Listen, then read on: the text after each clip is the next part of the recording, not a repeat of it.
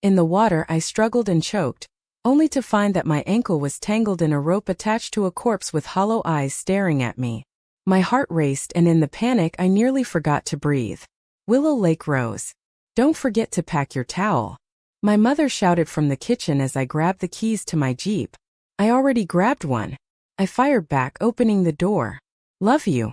Have fun. Make wise choices. Her motherly gaze unwavering through our shotgun house.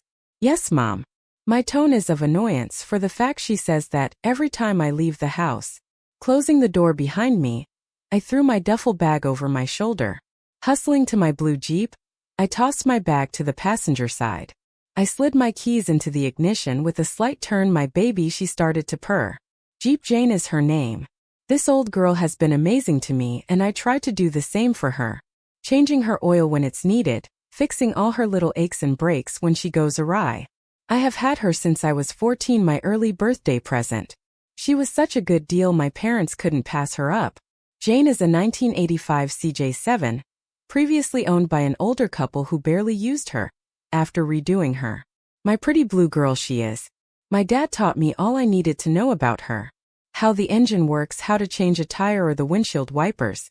He even taught me how to change the oil and well everything else from fuses to power steering. He taught me how to take Jane apart and how to put her back together again. My dad's a mechanic who owns Joe's shop, downtown next to the police department. Pretty successful too since the officers take their personal and duty vehicles to him. Cranking the radio to hear the end of Summer Jam. My hair blew wildly in the wind, while my aviator sunglasses sit comfortably on the bridge of my nose. I just love the feeling of freedom, away from the rents, away from responsibilities.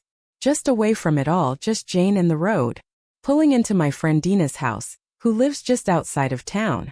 She was sitting on her porch steps, awaiting my arrival. My music still blaring, she yells something back to her dad. Running to Jane, she tosses her bag in the back and jumped in, grinning ear to ear. You ready? She shouts over the music. Hell yeah. My voice matching her pitch. Shifting Jane's gears, we reversed out of her drive. Off to the end of summer lake party we go. Willow Lake is the hottest place to be every summer. Why? Because it's the only lake around for miles. It's 13.5 miles round to be exact. Not only that, but it's called Willow Lake because the trees surrounding it are willows. It's so beautiful and private, the makeout spot year-round. Covered with colorful flowers ranging from red to purple. The whole damn rainbow and more. This place literally looks like magic or heaven or just bliss. Rapping out to Cardi B. Dina hitting every word as it spins from my radio. Shouting and wooing as the wind hits our faces. The air in our hair becoming tangled messes. We arrived at the lake parking next to Killian and James. The two sit in a red 1999 Mustang, tinted windows down. Turning down my radio, Dina piped up, looking over me to Killian in the passenger seat. Hey babe. Ready to swim? Her love for this nerd kills me. Killian Sanfrey, Dina's first love. The captain of the debate team. Such a nerd, a cute nerd, but still a nerd. Stepping out of the Stang, he struts over to Dina, who is already in front of my car. The two embrace one another in a passionate kiss. Her hands combing through his sandy blonde hair. Twisting my key back, the engine throttles down, making Jane stop purring. James pops out of his car and walks towards me, dead-faced. It's like he hates emotions, I swear. The kid could learn to express himself every now and then. Hey Rose. His voice sounded plain and monotoned. Sup James? I said, nodding my head. Before my eyes meet his gaze. Yep, that's about all I can handle from a dude who thinks he's too cool. Turning my attention back to my front windshield, Kills and Dina are still making out. Laying my palm to the horn, I pushed, hoping to startle them to breath. In fact, it worked like a charm as Dina jumped back. Slithering my head out the side of the Jeep, keeping the mood as funny as can be. I stood on her frame, looking down at the two eyeing me. You two done sucking face? 'Cause this chick is ready to party. My sarcastic snap ending with a playful statement. As my body starts to jive a little, the pair laugh while James joins them. Jumping down, my sandals hit the grass with a thud. My knees bent, absorbing the vibrations, driving upwards. Leaving the bags in the back and my keys in the ignition, the four of us headed to the beach. Already covered with teens drinking, swimming and dancing. The music blaring from a nearby sound system, In the back of a car. DJ Robin's car, no doubt. The boy's parents spoiled him in their divorce. Lucky but unlucky, if you know what I mean. James finds a spot on the sand where we can leave our stuff. The dude has so many words in his vocabulary. I suppose I shouldn't be mean, he is Kill's best friend. But I'm sure the only reason they're friends is because their moms are. James drives Kill everywhere since his doesn't have a car. But I can't say much to that because I drive Dina everywhere too. The only difference is Dina and I actually have things in common. While those two are polar opposite. James is a football player who works out all the time and Kills is a genius. I bet James keeps him around to do his homework. Stripping off our clothes, my eyes fell upon James's defined muscles. I shamelessly grazed over his athletic body. He looks out to the water, not noticing my wondering eyes. James taps the back of his hand on Kill's naked shoulder. You wanna jump the cliff? He asked, tilting his head to the direction of the drop. You know I'm not a fan of heights. Killian said, rubbing the back of his neck, nervously. I will just stay with Dina and walk in. You go ahead. Unsure if James is silently judging him. James then turns to me, you wanna? Asking the question as if he didn't really want to invite me, but here I am. Yeah, that was my plan anyway. My statement is as plain as him. The boy is hot but dull. The kind who only cares about video games and sports. But whatever, it's not like I'm dating the guy. Thank God, I would probably die of boredom around him after too long. We hiked to the top of the cliff, not saying much as we ascended the hill. I felt a little winded as we reached the top, meeting a few more students from our school. They completely ignore me and head straight for James. Football boys. Ignoring the fact they just ignored me, I stepped closer to the edge of the cliff, eyeing the water below before looking out at the beach. Dina and Kills vigorously waving from below. I waved back when a wisp of air pressure hits my skin. One of the boys sprints past me, diving to the depth of the lake, causing another to shout, "Show OFF." When his head resurfaced, James walks from behind me, nudging my shoulder. You goin'? His eyebrow half cocked. Yeah. Turning back a few feet from the edge, I took off in a sprint, leaping as far as I could, tucking into a front flip, penciling down, crashing into the water. The lake's warm aqua envelopes my body, my slack feet hit something hard. Startled, I kicked, but my body wasn't moving. I was stuck. The water was clear, but my eyes could barely see. I felt a rope wrapped around my ankle, frantically trying to undo the twine. I didn't realize what it was attached to when a hand came flying up at me. Still holding my breath, my eyes adjusted to the water better. When I see it, hair waving with the ripples revealing a face. Gasping at the sight of the dead body inches from me, I forgot I was underwater. Frantically trying to swim upward, my throat starts to burn. Water fills my lungs as I try to breath, sucking in fire. The rope attached to my ankle won't budge. Still thrashing wildly, desperately trying to move. I can feel my heart start to slow. My eyes began to flutter shut, accepting the fact this is it. I can feel my body convulsing. The thudding in my ears starts to slow. This was it, this was my time. My final thoughts of my parents when my heart stops beating. Resurrection, my chest hurts, my breathing shallow and weak. The force of air in my nostrils is cold, feeling like razors with every inhale. My ears feel full of water. Noises around me sound muffled, while a beeping echoes against my eardrum. My left hand twitches, feeling an object in my palm. Trying to open my eyes, they feel heavy, like someone is forcibly holding them closed. When I'm finally able to open them, everything is blurry. Movement erupts around me, swarming my personal space. Rose. Joe. She's awake. Dean, grab the doctor. A voice that sounds like my mother rings in my ears, sobs seeping from her lips. My little rosebud. Honey, we thought we lost you. His warm embrace latches around me as he too begins to tear. Thank God. He whispered into my ear. My blurry eyes finally adjusting to my surroundings. My mother stands to my left, my father to my right. Dominic and Dean, my two older brothers, stood at the foot of what looks like a bed, beaming down to their sweet little sister with worried faces. Wait. I realize I'm the one laying down, I'm the one looking up at the ceiling, I'm in bed. Glancing around the room, it's snow white with bright fluorescent lights. Behind my head, sat machines circling the headboard of my bed. Before I get the chance to speaking a word, a doctor walks in. He looks to be about 35, black fluffy volumed hair and 5 o'clock shadow along his jawline. Maybe 6 foot tall, he doesn't look muscular but he certainly isn't scrawny. His beady eyes lock in on mine as he approaches my bedside. "Rose, my name is Dr. Finley." Pulling out a little flashlight, he shines it in my eyes. "Do you remember what happened?" His flashlight stops annoying my pupils, tucking it firmly in his white coat pocket.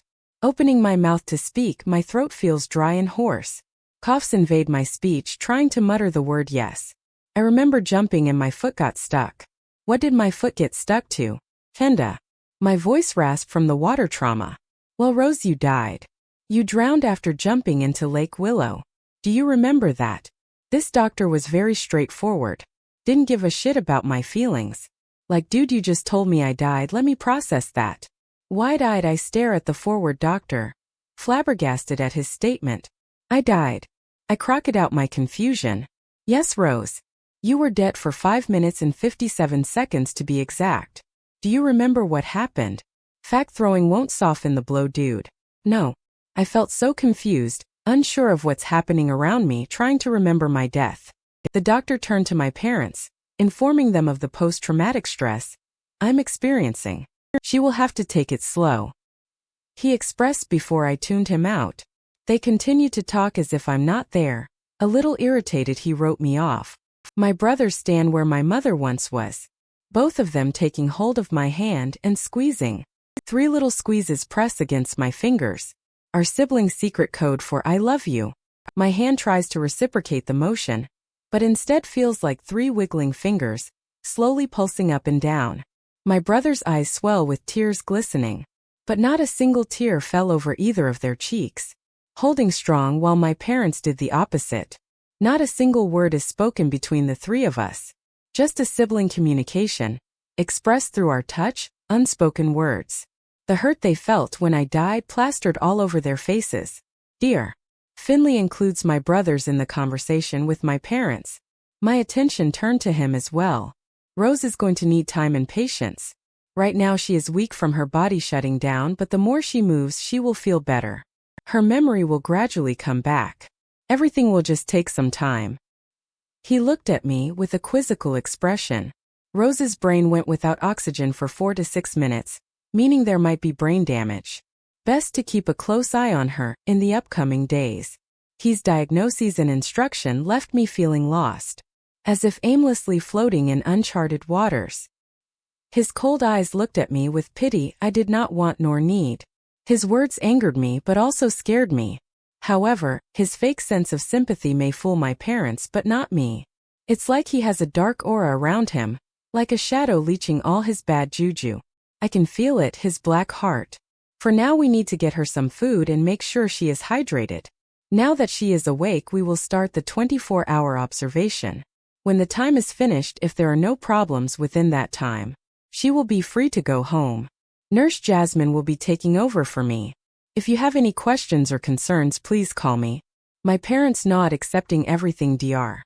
Finley said as he glanced towards me just before leaving again. His mouth curled, sending chills down my spine. Was that his poor excuse of a smile? I just have a bad feeling about this guy. I don't know what it is, but he gives me the heebie-jeebies. Nurse Jasmine walks in, informing my parents they can go home and get a good night's rest. If anything happens, they will call. Smiling at me, she places a plastic spoon and blue jello on my bedside table. She took the hospital mug from the same table to fill with I assume to be water. After the nurse leaves, my family says their goodbyes, following shortly after Jasmine. Only then do my eyes start to feel heavy yet again. The lights shining brightly directly above me start to flicker. A shadowy figure forming in the corner of the hospital room. But my eyes are so heavy I can't fight to keep them open. All I see is darkness, and with that I didn't fight the sleep taking hold. Next thing I know, Nurse J is flicking the lights on, waking me from my slumber. Scanning the room for the clock. My eyes squint, reading 3:00 a.m. Geez, people, let me sleep. She asked me a few questions, took my temperature, and off she went. Only letting me sleep for a few more hours before doing the whole process again. Finally, daybreak peeps through the curtains of my hospital window. I asked the nurse to open the blinds so that I may watch the sunrise. She obliged my request so I could see that big beautiful sun beam into my room. Just that moment simply brightened my spirit, feeling as if I hadn't drowned. Not long after that, my mother entered my room. "Morning, sweetie. How are you feeling today?" Her tone of voice, soft and nurturing. "Better. The frog in my throat is less evident." "Good. I have someone who wants to see you." She stepped to the side, swinging my door open a little wider. When she said that, I was half expecting Dina to run and jump on me. But to my surprise, it was James. His figure towered over my mother, stepping into the room. He slowly approached my bedside, while my mother stepped out, leaving us alone. James took a seat, his eyes not leaving mine. Hey. While this is eventful, I wonder why he is here." James slouches back in the chair, relaxing his arms on his thighs. When he awkwardly starts rubbing the back of his neck, the confused look I held was unwavering, blinking at him with a stone face, waiting. "So, do you remember anything?" he questioned, unsure of how to start the conversation. "A little. I remember jumping and hitting the water. I remember my chest burning and my ankle was stuck." My mouth dry, as I plainly stated my recollection. "Yeah, you jumped, and when I didn't see your head come up, I jumped in after you. You went down deep and your foot was caught on a rope. I got to you just after you stopped moving. The rope tangled around your foot." He hesitated to tell me more, but I was too intrigued at the moment. I sat up to get a better view of him, his fidgeting giving off the feeling of bad news. "What, James? What was my foot caught on?" My stern face demanding an answer. Leaning in towards me, his lips part, speaking in a hushed tone. "A dead body." "What?" I shouted, sounding more like a normal speaking voice with a screech. "You found a body, Rose, and I had to tell them where it was." He spoke as if it was traumatizing for him, but he wasn't attached to the dead thing. At that moment, a memory flashed through my brain. A picture of blonde hair waving in the water's current, revealing a white ghost face of a female, her eyelids wide open, staring into the abyss of Willow Lake, wrapped in a black plastic, attached to a few concrete cinder blocks, holding her to the lake floor with a rope stringing around her. I remember her single hand flowing free, giving the rope slack to tangle around my ankle. I remember desperately trying to reach the surface. Next thing I know, James has his hands gripping my shoulders tightly, as if holding me down from an outburst. A nurse and my mother run into the room, relieving James of his hold. She just started freaking out, hitting herself. Now that I think of it, my head does hurt. Rose, what happened? Are you okay?" The nurse tried to get me to focus my eyes on hers.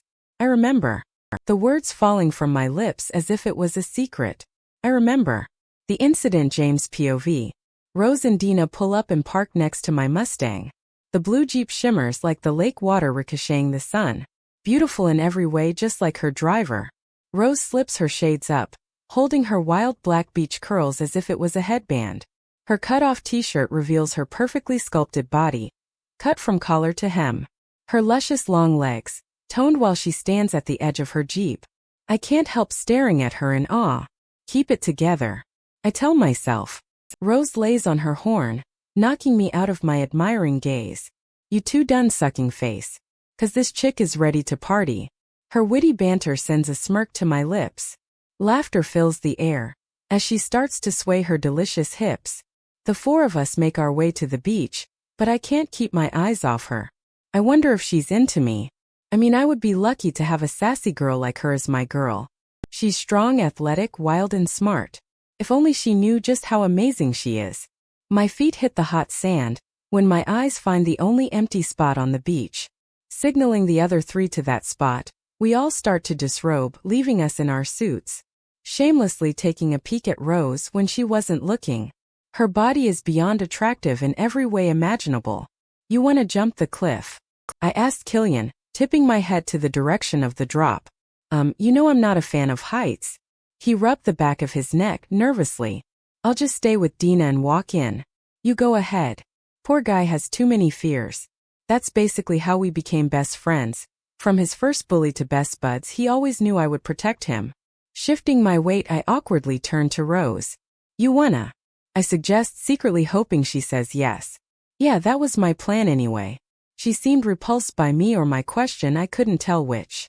But she was at least going with me, our sandy footprints dispersing as we left the beach.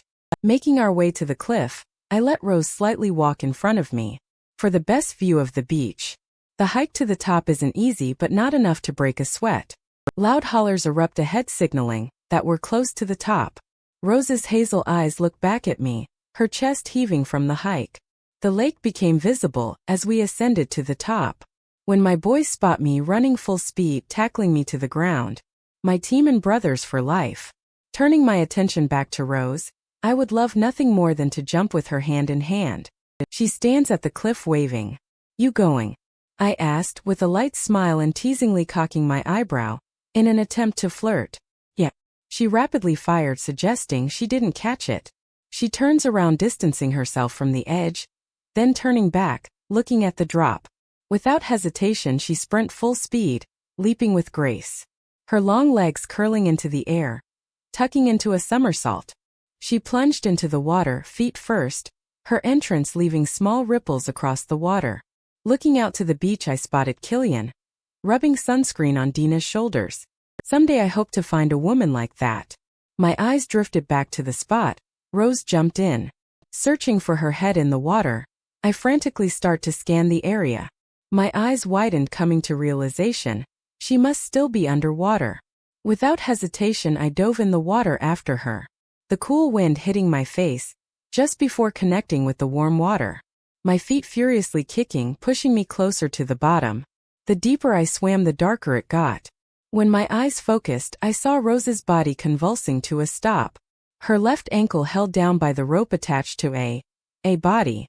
Finally reaching her, I untangled the rope from her limp body, wrapping her in my arms, hastily swimming to the surface, shouting for help. When I finally reached standing water, a few guys ran out to help me drag her body ashore. Killian began calling 911.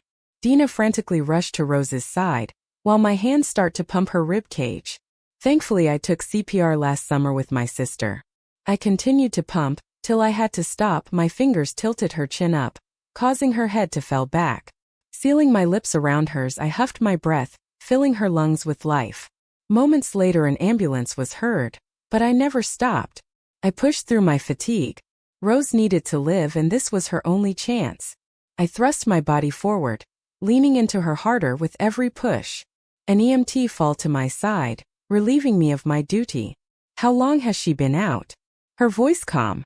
2 minutes, maybe 3. I speedily responded. Continuing CPR, Rose was placed in the ambulance, the rear doors shutting, leaving the last image I have of her, burned into my brain.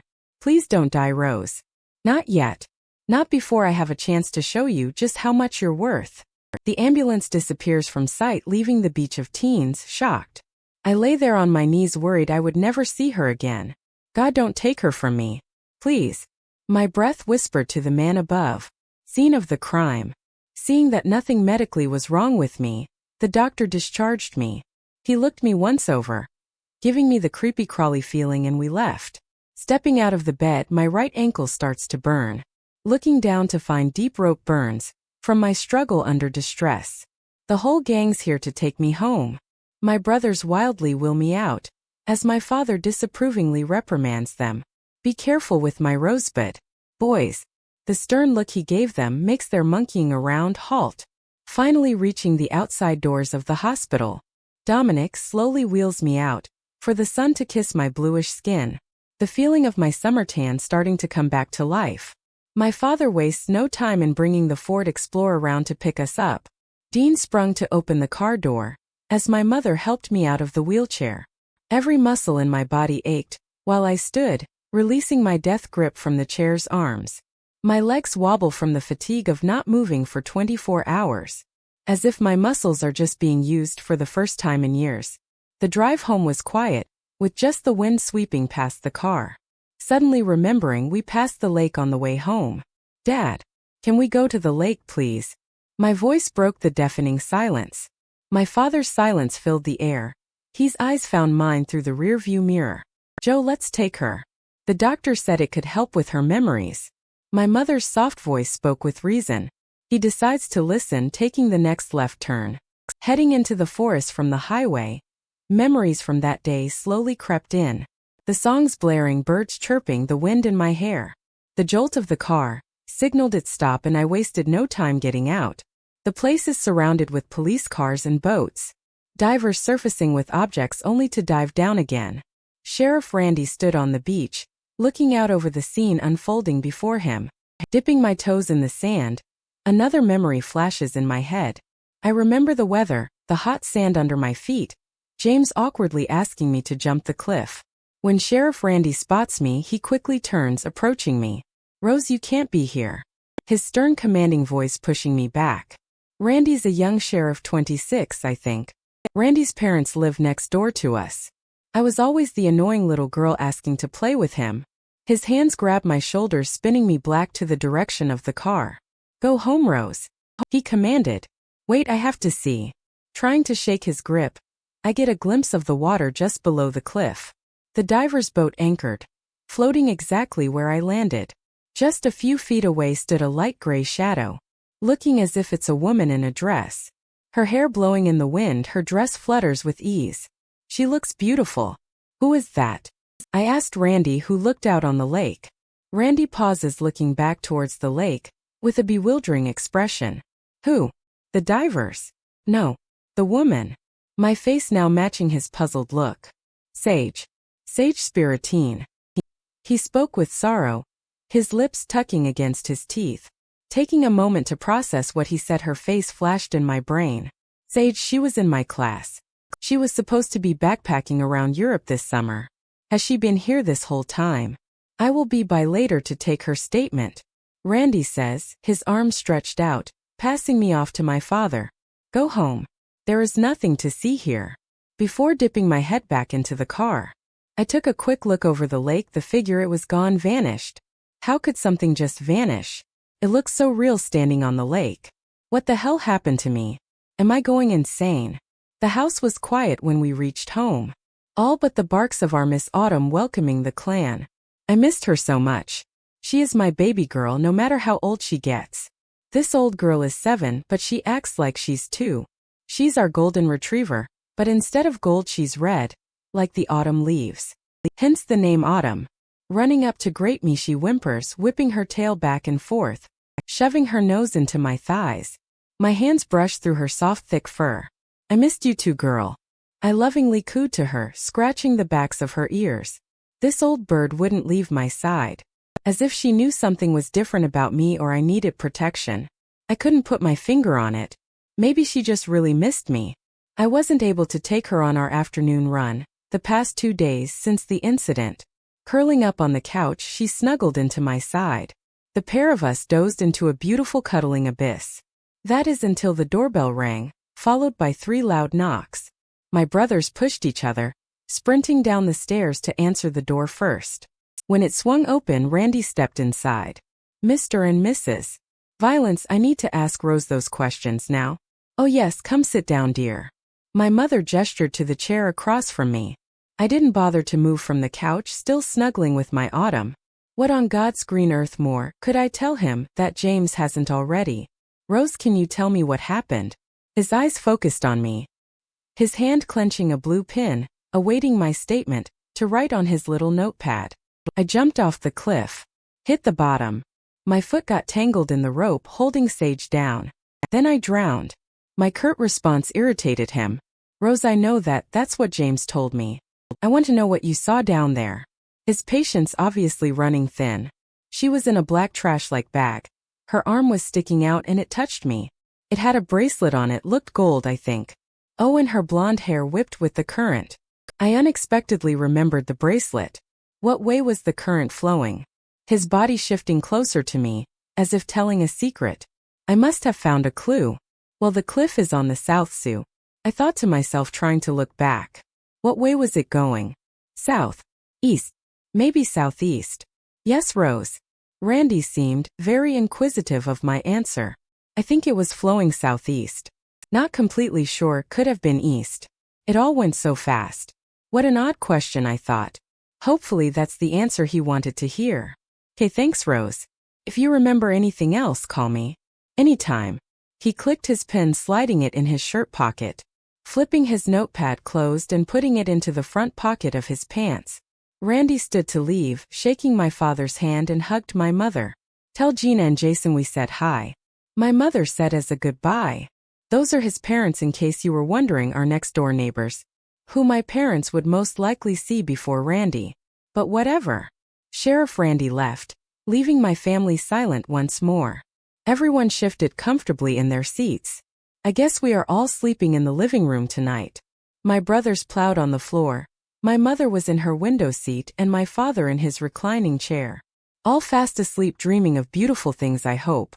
As for me, I can't seem to doze off, my brain just won't shut down. Maybe I need to take a melatonin. Standing from the couch, I left Autumn, snug on the blanket, creeping up the stairs to not wake my parents. I crept down the hall, finally meeting the bathroom door. Shutting the door, I gifted myself privacy. I hadn't been fully alone since my death. I clicked on the medicine cabinet, popping the door open to grab a 10-milligram pill. Shutting the cabinet, a sudden chill overcomes my body. In the mirror behind me stands a shadow. Blink a few times to make sure I'm not hallucinating. I looked behind me to find nothing. Back to the mirror, still nothing. That drowning must have scrambled my brains. I joked to myself. Popping the pill, I slipped away to my room, greeting my soft, fluffy pillow bed. Closing my eyes to put all this nonsense behind me. To dream of, well, anything. Goodnight spoon, goodnight cow, goodnight moon. My eyes fell heavy and darkness took hold of my mind, pushing me into a dead sleep. My dreams beep, beep, beep, beep, beep, beep. My hand smashes down on the annoying alarm. Fuck, I forgot to turn it off last night. Turning over and tucking the covers under my chin, I noticed the sweat dripping from my forehead. In fact, I was sweaty all over, including a pool of heat between my legs. I lifted the cover, scanning my lower half. Oh my God. Where are my panties? I went to bed with shorts and panties on. Swiftly stepping out to the side of my bed, the cover still hiding my lower half, I spotted my shorts crumpled on the floor. Speedily stepping my feet into the leg holes, a knock breaks the silence. My mother walked in just as I slid my shorts over my bare ass. God, that would have been embarrassing. Sweetie. Spotting me standing with my hands on my waistband. Good, you're awake. How do you feel? You look like you might have a fever. She steps towards me, feeling my sweaty forehead. I'm fine, Mom. Pushing her hand away.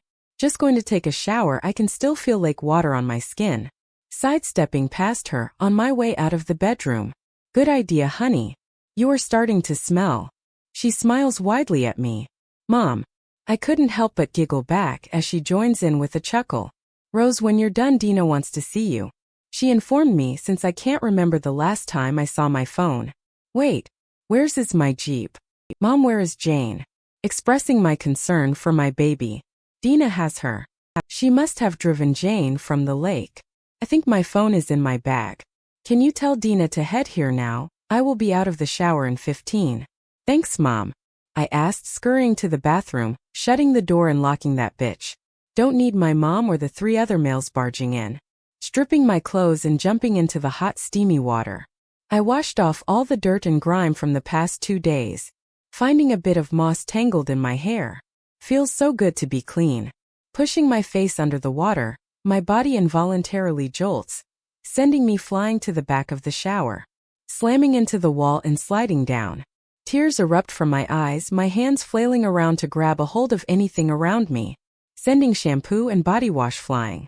Fear in the pit of my gut. My chest heaving up and down, as shallow breaths enter and exit my mouth. What's happening to me? A flash enters my vision, dark water all around me. Gasping for air, struggling to breath. My arms flailing, desperate to grab anything to stabilize me. Pain shudders from my lungs, remembering the burning sensation of water, filling them to the brim. My ankle starts to sting, feeling the rope tighten. My skin burning under the rough strings, taking bits of my flesh with every tug. Cradling my knees to my chest. I sat there rocking back and forth for a moment, catching my breath. Standing to turn the water off, it was only then, when I heard my father beating down the door. Rose. Answer me. He shouts, fear laced in his voice. Shakily but quickly, I wrapped a towel around myself. I opened the door, falling off its hinges. Standing with puffy red eyes, my father looked down at me with relief. Embracing me in his arms, he hugs me tight, like a snake strangling its prey. Eddie. I managed to breath out. Sorry, Rosebud. Are you okay? He inquired. I am now, I said, hugging him back. All I needed was a hug from the one man in the world I knew would protect me. All my anxiety flushing away, as he squeezes me with love. By the way, Dina's downstairs. He softly said, his chin resting on the top of my head. Could you send her up, please? Releasing my hold against him, looking up with my hazel eyes. Sure thing, Rosebud. He starts to head downstairs while I headed to my room. Standing in my doorway, my eyes searched for the panties I was wearing last night. Scanning the floor, shifting dirty clothes laying around. Shaking my bedsheets before ducking down and looking under the bed. Where the hell could they have gone? Dina interrupts my searching. What are you doing? Looking for my panties that I was wearing last night. Still looking around. You wear day-old panties after showering. She expressed her disgust. I couldn't help but laugh. No, Dina, I don't wear day-old panties. I went to bed with them on and woke up with them off. I jokingly spit out, belatedly realizing I sounding like a crazy person. How did that happen? She looked puzzled. Your guess is as good as mine. I had a West dream and boom panties gone. I trailed off, tapering my voice, still trying to hunt down those panties. You had a wet dream? About who? Tell me. Was he hot? How was it, you dirty hoe? She rapidly firing off every question. Giddy in every way imaginable. I just stared at her. Shit, what do I say? All your secrets, tell me everything. Dina squealed. Dina, I'm not telling you about my sex dream. My eyes glaring into her soul. Oh, come on, please. I want to know. She bent down to her knees begging, while clasping her hands together. Get up. All I'm saying is, it was good. From what I saw and felt, he was hot and I woke up without my pants on. I sternly stated, hoping that would be enough information to satisfy her. Oh girl, you too wild. She smirked teasingly as her tone of voice went deeper. Shut up. I cursed teasingly, throwing a pillow at her, which she effortlessly dodges. You didn't see his face. Cocking an eyebrow at me. No, just his eyes. Gray, a very sexy gray, I might add. Imagine, no reimagining his intense gaze. Okay, seriously, get dressed. We need to go to the mall. Today is the last sale of summer. And I need new jeans for school this year. So come with me so I don't buy something hideous. Her head tilts down, showing her begging eyes with a pouty lip. Fine, I need school supplies anyways. I trailed off. I hate shopping. I could think of several other things I could be doing other than shopping. But since school starts Monday and it's Sunday, I've procrastinated long enough. Dina trails on about her and Killian's relationship and how much she just adores him while I get dressed.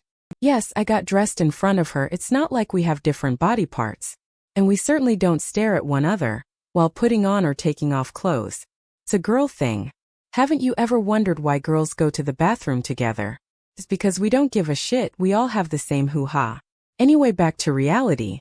The mall was quiet, surprisingly. I mean, it is a Sunday, but it's the day before school. I figured there would be just as many people out picking up last-minute things like us. Then again, I am a huge procrastinator and a cheap ass. So sales are my middle name. I needed notebooks, pens, and pencils, including all the other junk necessary. Not only that, but I needed new clothes. Summer was good to me. I lost a few pounds. As Dina and I walked into the summer sale, Snatch 1, 2, and 3 walked past us. Looking all glam like money doesn't mean a thing to them. Oh look, it's the losers of poor town. Gia snapped in her mean girl sass. Yeah, look at how disgusting they look. Ginger hissed. As if new clothes could help you look less dingy. Gretchen taunted. Dina just stood there like a deer in headlights. She doesn't like conflict. And the three twats standing in front of us are always conflict. Listen here, G and G. No one gives a fuck what you think or say. So start stepping before I tell everyone Gia got her nose done this summer. Strutting my attitude, snapping my head. Bitches want to play with me. I will let out all their secrets. Gia gasps, pressing her hand against her chest. While twat 1 and 2 mimic her reaction. Yeah, well, at least I don't swim with dead people. Gia states with a glare in her eyes. Dina finally pipes up. You sure about that? While glancing back and forth between her entourage. At least we can afford a decent hairstyle. Ginger spat. Wow, Ginger, how long did it take you to come up with that one? A whole 10 minutes. Speaking slow enough for her dumb ass to understand me. Just before they turned to start walking, Gia turned towards me. Watch yourself or you'll end up like Sage. Her mean girl threat takes me back a moment. Like damn, how did she know the girl in the lake was Sage? Before I got the chance to ask her, the three Gs took off down the mall hall. As Dina and I continued into the store, Dina looked at me as if I just killed her puppy. Sorry I didn't do more. I just don't want to start this year off on a bad note, she said while twirling her thumbs, looking everywhere but at me. I get it, Dina, I softly said back to her, rubbing her shoulder up and down. See, last year Dina got into it with the Gs.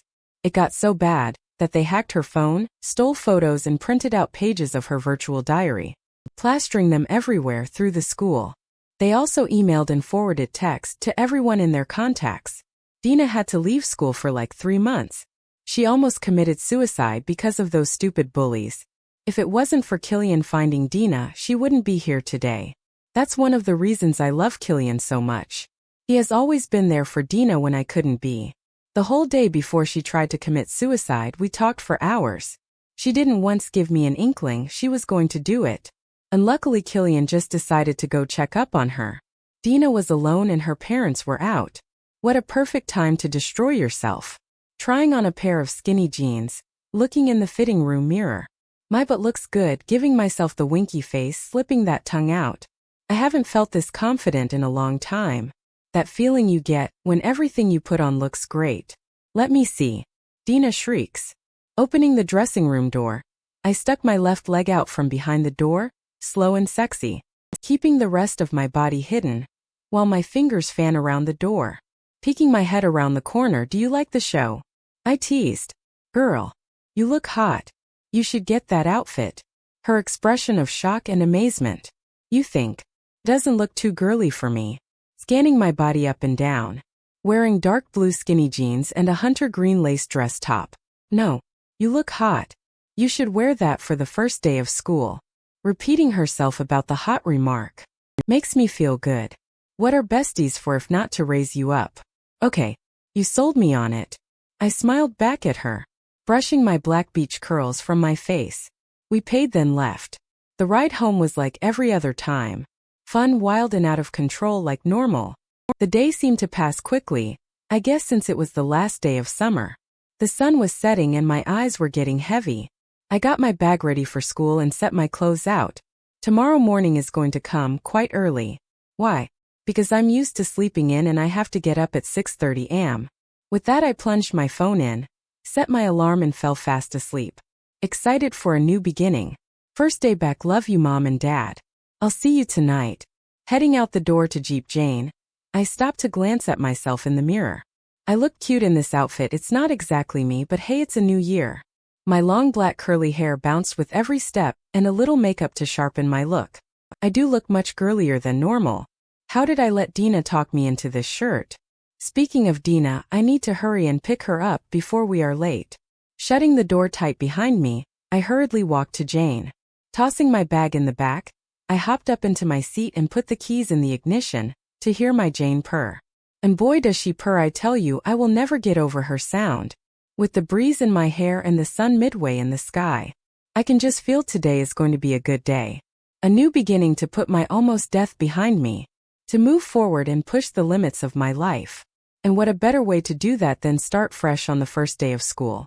Dressed in an outfit I normally wouldn't wear, with a best friend I can't live without. The thought ran through my head of how blessed I am to be here and have such amazing people in my life. As my Jeep pulls into Dina's drive, honking my girl to alert Dina, I'm here.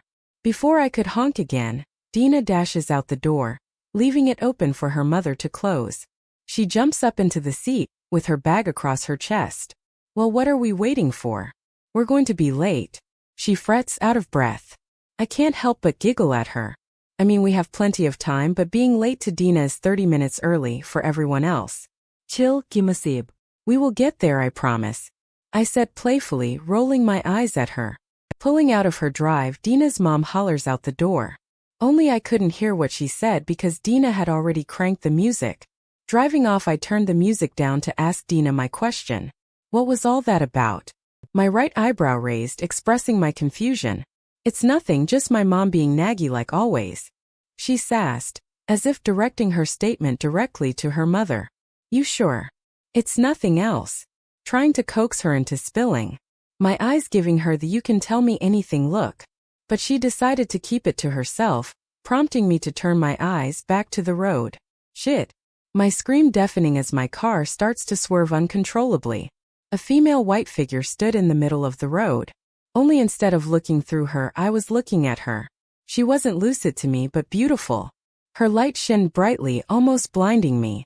Her hair still waving in the wind effortlessly. Rose. Dina screamed, taking my attention back to the task at hand, to see that my vehicle was about to collide, head-on with a black grille-guarded pickup. Gripping my steering wheel hard, my hands jerked Jane to the right just in time. The whish of wind grazing past my face as if inches away.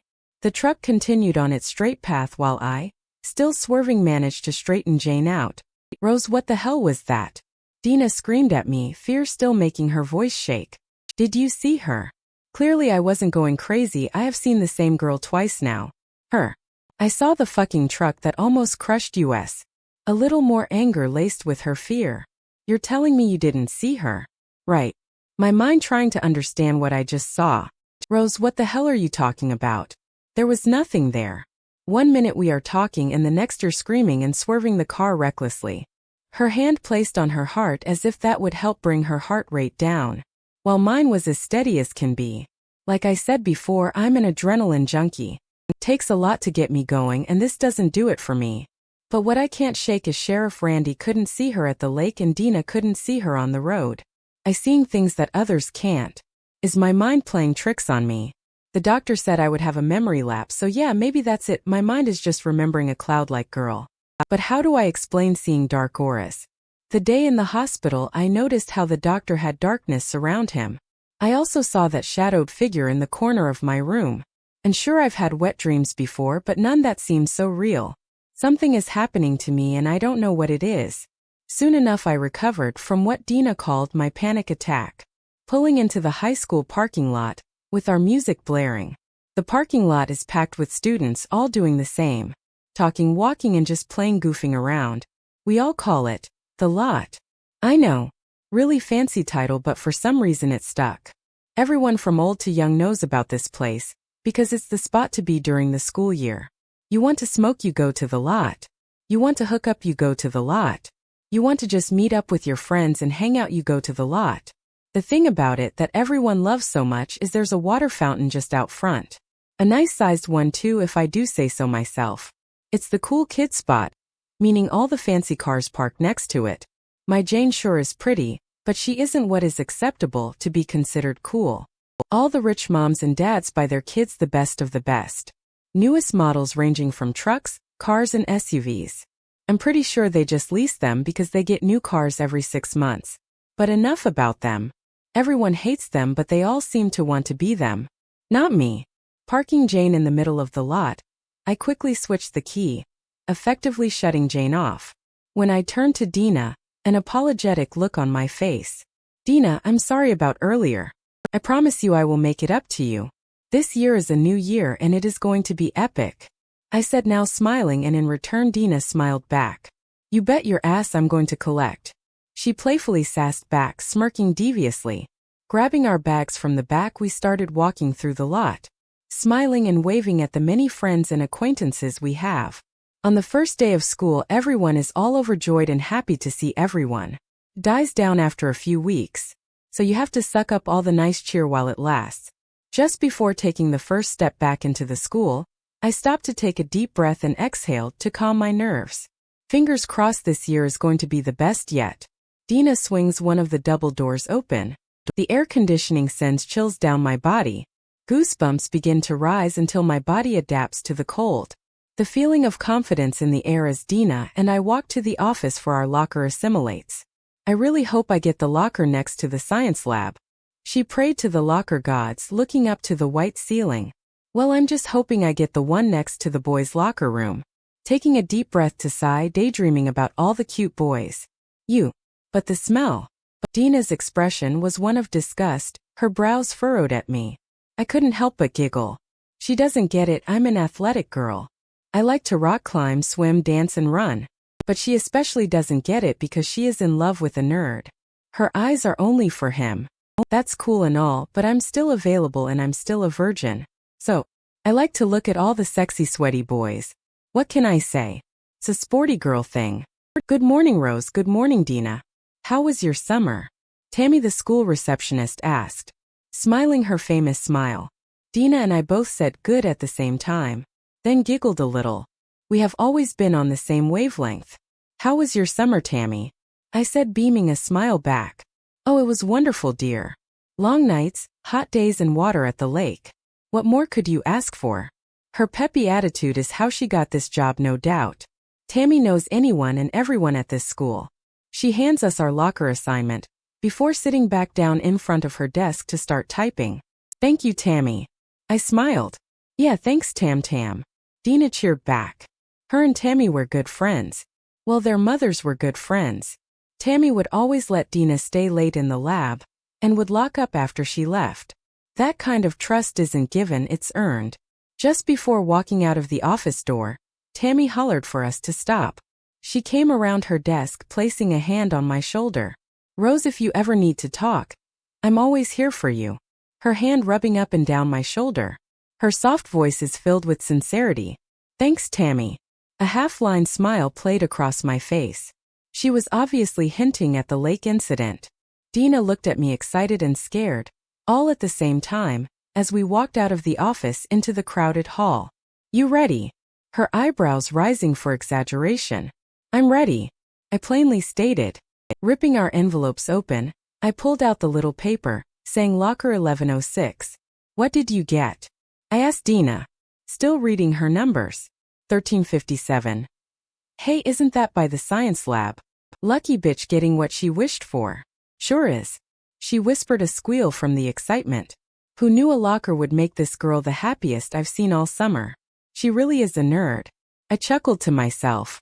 What did you get? The locker room locker. Excitement still in her voice. No, I got 1106. The locker rooms are in the 200s. Frowning back to her giddy face. That's all right. Boys smell anyways, she said, crinkling her nose. Dina and I walked together, till she dropped me at my locker. See you at lunch, she shouted as she disappeared in the student-filled hall. Just before opening my locker, my shoulder was bumped into, causing me to lose balance.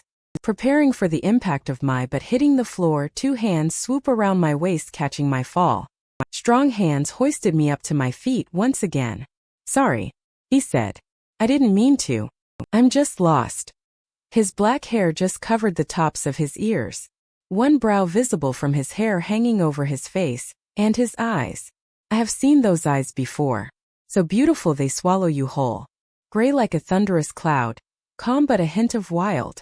Why do his eyes look so familiar? Did I bump you speechless? He cocked an eyebrow with a small smirk, playing at the corner of his lip. Oh, it's okay. I know you didn't do it on purpose. I shyly smiled back. He was gorgeous, black hair, gray-eyed and tall, wearing a white shirt with a black leather jacket. I blushed at the moment I realized his hands were still wrapped around my waist. His warm hands leave my abdomen, making my body physically ache from his touch. Why did he have to let go? Could you tell me where locker 7011 is? He questioned, looking deep into my eyes, only focusing and studying my every feature. We don't have a locker 7011, do you mean 1107? I inquired back, puzzled. He tucked his hand deep in his front pocket, searching for what I assumed to be his locker assignment. Taking a quick glance. Oh yeah, I did read it upside down. He chuckled to himself. Well, where is 1107? Pointing to the locker right of mine. I smiled.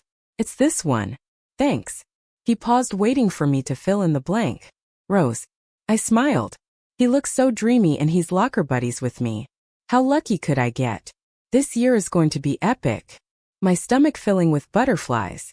Rosie, I'm Eroslanders. His voice is deep, almost like a grown man, but he doesn't look a day over 16. It's like every word that comes from his mouth draws me closer. He stands inches from my chest, looking down into my soul. This moment feels more intense and interment than it should be. I took a step back, inhaling deep to regain my sense of gravity. Nice to meet you, Eros. Looks like we are locker buddies. My face diving into my locker, avoiding his sexy gaze. A whole year of being next to you, I like that. His voice sounding husky, his towering figure leaning down close to my ear. I can feel heat rush to my cheeks.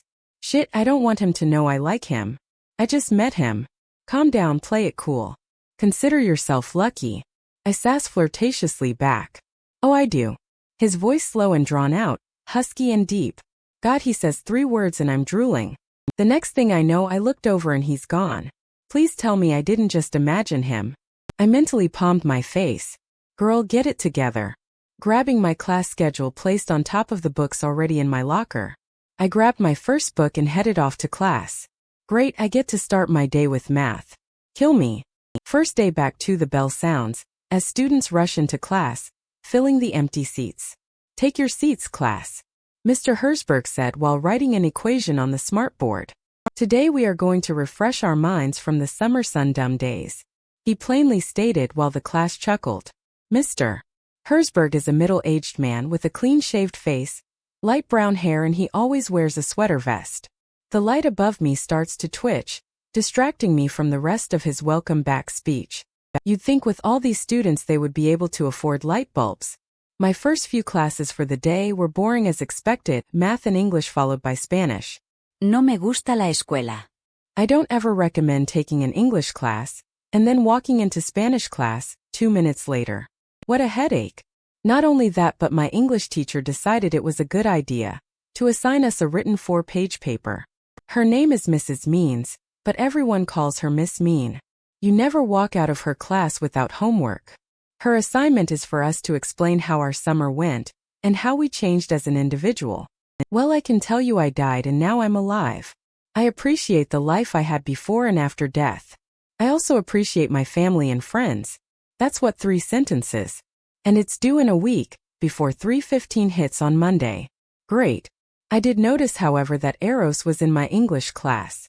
I didn't imagine him, thank God, because he was definitely the new high school hunk. A bad boy, sure, but a hunk nonetheless. It's a shame I didn't know him this summer. I could have written 4 pages describing about his body and definition, licking my lips as I silently undress him in my mind. What a great distraction for a girl who needs a little grounding. But Eros left me to fend for myself in Spanish, taught by none other than Ora Stewart, the only Spanish teacher who can't roll her R's and acts like she's on speed 24 hours a day, giving her the nickname Miss Speedy. She stand about 5 foot tall, short bowl-cut blonde hair, and she loves to sing songs, but she has a terrible voice. Luckily Dina's in this class with me, so we sit next to each other, towards the back corner of the room, making it perfect for us because 8 when the bell rings releasing us from misery, it's lunch. My favorite subject of the day. Dina. Rose. My head snaps behind me. Killian's soft jog towards us begins. When he reaches us, his arms extend, throwing himself over our shoulders. How's my favorite ladies doing so far? His cheesy face nuzzles into Dina's neck, as she giggles flirtatiously back, palming his forehead to push him away. I shrugged his arm off my shoulder. Yo, will you 2 get a room already? I sassed. The 3 of us entered the lunch hall filled with students. Each round table is labeled by the individuals who sit at them. I'm not exactly a high school athlete, so I sit with the nerds. Fine by me, I can actually have an intellectual lunch conversation. But I noticed the light above my chair twitch a few times. Dina, have you noticed the lights keep flickering? I asked, leaning into her so no one thinks to chime into the conversation. She looks up, scanning the lights around the room. No, I haven't noticed. Are you sure they're flickering? She looks to me with soft eyes, as to suggest I might still be suffering from this morning. Yeah, it's just little flickers, and I always seem to pick the chair underneath the ones doing it. I exclaimed, hoping she wasn't pitying me. Could be just some electrical problems. I heard one of the janitors this morning say there was a water leak. Maybe it's dripping on the electrical system. Her thought process makes sense. Maybe it's just a quinky dink. I silently finished eating my meal, occasionally glancing over to Eros, who was siding with the Bad Boys Club. His gaze would meet mine a few times, only for me to break contact. My cheeks felt like fire every time our eyes locked, only for a moment. I prayed to God that my face wasn't as red as a tomato. I don't know what it is, but he just seems untouchable. Like his eyes see right into my soul, and what I see around him is just dark. His big beautiful gray eyes in darkness. But that darkness is what's drawing me in. My head says no, but my body reacts differently. For the rest of the day I couldn't take my mind off him. He was only in one of my classes yet. I couldn't shake the feeling of him still being there. Almost haunting, to a point of my hair standing on end. The last bell for the day couldn't ring fast enough. My brain was consumed with thoughts of Eros, and I couldn't make them stop. Leisurely passing through the student-filled halls, I was secretly hoping Eros would be at his locker. But as I opened mine, he was nowhere in sight. Pulling each book out of my locker, I slipped them into my bag. Tucking my last thick book from my locker and heard a clunk. After placing my last book in my bag, I looked up to my now empty locker. Well, almost empty. A shiny flash twinkles in the lower front corner of my locker. It's hidden quite well, tucked in the lip of the locker door. My fingers fished out the tiny object. It was a locket. A very nice sterling silver locket, with the engraved initials for SS on the front. Opening it, I noticed there was room for 2 pictures, but only one was firmly placed on the right side. The picture was of a hummingbird. A beautiful green, red-bellied hummingbird. Flipping my hair to the side, I placed the locket around my neck. Before I knew it, Dina was by my side tugging Killian along. Hey, so James has football. Is it cool if you take Killian home? Dina's eyes pleading for me to accept her request. But it didn't take much, my brain was foggy anyways. Yeah, sure. It's no problem, I said, swinging my bag over my shoulder with a huff. We made our way out of the school and into the lot. Cars zooming out to salvage what was left of the nice day. Music blaring, people laughing. We truly are living the best days of our lives. Well, the ones who are still alive are, that is. All of a sudden Sage Spiritine popped through my head.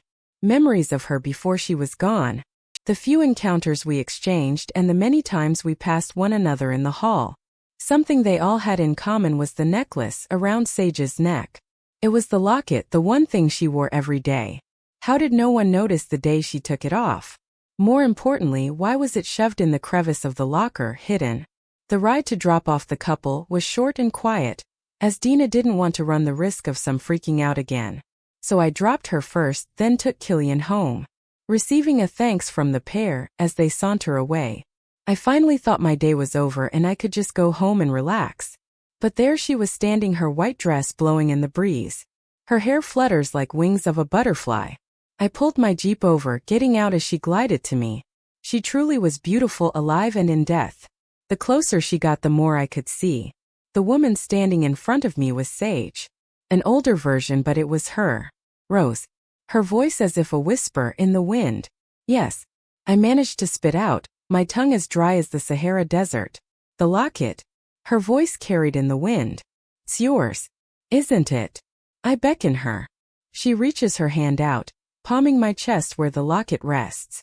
I feel slight pressure taking hold of my rib cage. Her slight touch giving me a vision.